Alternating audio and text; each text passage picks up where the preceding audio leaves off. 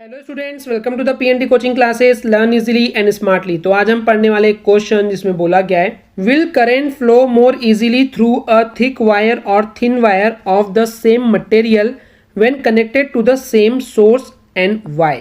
तो इस क्वेश्चन का मतलब है कि हमारे पास दो वायर है स्टूडेंट्स। मान लेते हैं एक है थिक वायर यानी कि मोटी वायर है और एक है थिन वायर यानी कि पतली वायर है। और अगर हम इन दोनों ही वायर में से इलेक्ट्रिक करंट का फ्लो करते हैं तो किस में से ये सबसे इजीली फ्लो होगा, ये क्वेश्चन में पूछ रहा है। और ये दोनों जो वायर्स हैं, मोटी एंड पतली वायर जो है वो सेम मटेरियल की बनी हुई है और दोनों को एक ही सोर्स से कनेक्ट किया गया, यानी कि दोनों को एक ही बैटरी से जहाँ से इनको इलेक्ट्रिसिटी मिल रही है उससे कनेक्ट किया गया है। तो उस केस में आपको बताना है कि किस वायर में से इलेक्ट्रिक करंट जो है वो ईजिली फ्लो होगी। और अगर आप जब बताएंगे तो आपको ये भी बताना है कि क्यों वो उसमें से ईजिली फ्लो हो रही है। तो चलिए समझते हैं इसके आंसर को।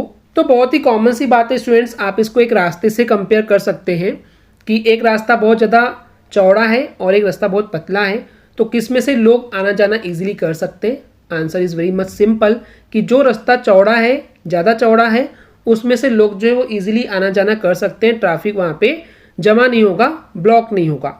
तो वही आंसर यहाँ पे भी है कि जो हमारे पास थिक वायर है, जो हमारे पास मोटी वायर है, उसमें से इलेक्ट्रिक करंट का जो फ्लो है वो बहुत ज़्यादा इजीली होने वाला है।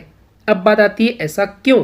तो इसका रीज़न ये है कि किसी भी कंडक्टर या वायर का जो रेजिस्टेंस होता है वो इन्वर्सली प्रोपोर्शनल होता है उसके एरिया ऑफ क्रॉस सेक्शन के।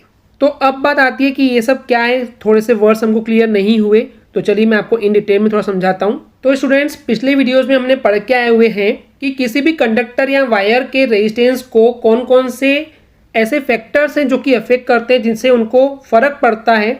तो हमने वहाँ पे एक फॉर्मूला पढ़े थे कि जो ये रेजिस्टेंस होता है वो इन्वर्सली प्रोपोर्शनल यानी कि उल्टा होता है किसके, एरिया ऑफ क्रॉस सेक्शन। ये हमने इस तरीके से पढ़े थे, राइट। तो यहाँ पे क्या होता है, ये जो एरिया ऑफ क्रॉस सेक्शन है जिसको हम कैपिटल ए लेटर से दिखा रहे हैं, ये उस कंडक्टर या वायर की थिकनेस को, मोटाई को दिखाता है। तो हम यहाँ पे इस रिलेशन को, ये जो हमने रिलेशन लिखे हैं इसको हम बोल रहे हैं इन्वर्सली प्रोपोर्शनल। रीज़न यही है कि ये जो एरिया ऑफ क्रॉस सेक्शन है वो इस तरीके से 1 के अपॉन में रखा गया है।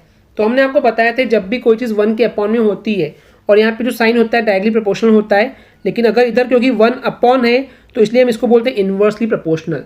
अब इन्वर्सली प्रोपोर्शनल में क्या होता है, अगर एरिया ऑफ क्रॉस सेक्शन यहाँ पे बढ़ता है तो रेजिस्टेंस कम होता है। इन्वर्स का मतलब ही होता है कि उल्टा रिलेशन होना। अगर एरिया ऑफ क्रॉस सेक्शन बढ़ेगा यानी कि मोटाई बढ़ेगी तो रेजिस्टेंस कम होगा। ओके, रेजिस्टेंस कम होगा तो इलेक्ट्रिक करंट आसानी से फ्लो होगा, क्योंकि वहाँ पे कोई भी अपोज नहीं कर रहा है, कोई रोकने वाला नहीं है, तो इजीली फ्लो हो जाएगी, राइट। तो यही रीज़न है कि अगर एरिया ऑफ क्रॉस सेक्शन बढ़ेगा, मोटाई बढ़ेगी तो रेजिस्टेंस कम होगा, रेजिस्टेंस कम होगा तो इलेक्ट्रिक करंट ईजिली फ्लो हो जाएगी। तो वही चीज़ें बोली गई थी कि एक थिक वायर में से इलेक्ट्रिक करंट जो वो इजीली फ्लो होगी। रीज़न यही है क्योंकि एक कंडक्टर का जो रेजिस्टेंस होता है वो इन्वर्सली प्रोपोर्शनल होता है, उल्टा होता है उसके एरिया ऑफ क्रॉस सेक्शन की। यानी कि जितनी ज़्यादा मोटाई होगी उसका उल्टा होगा।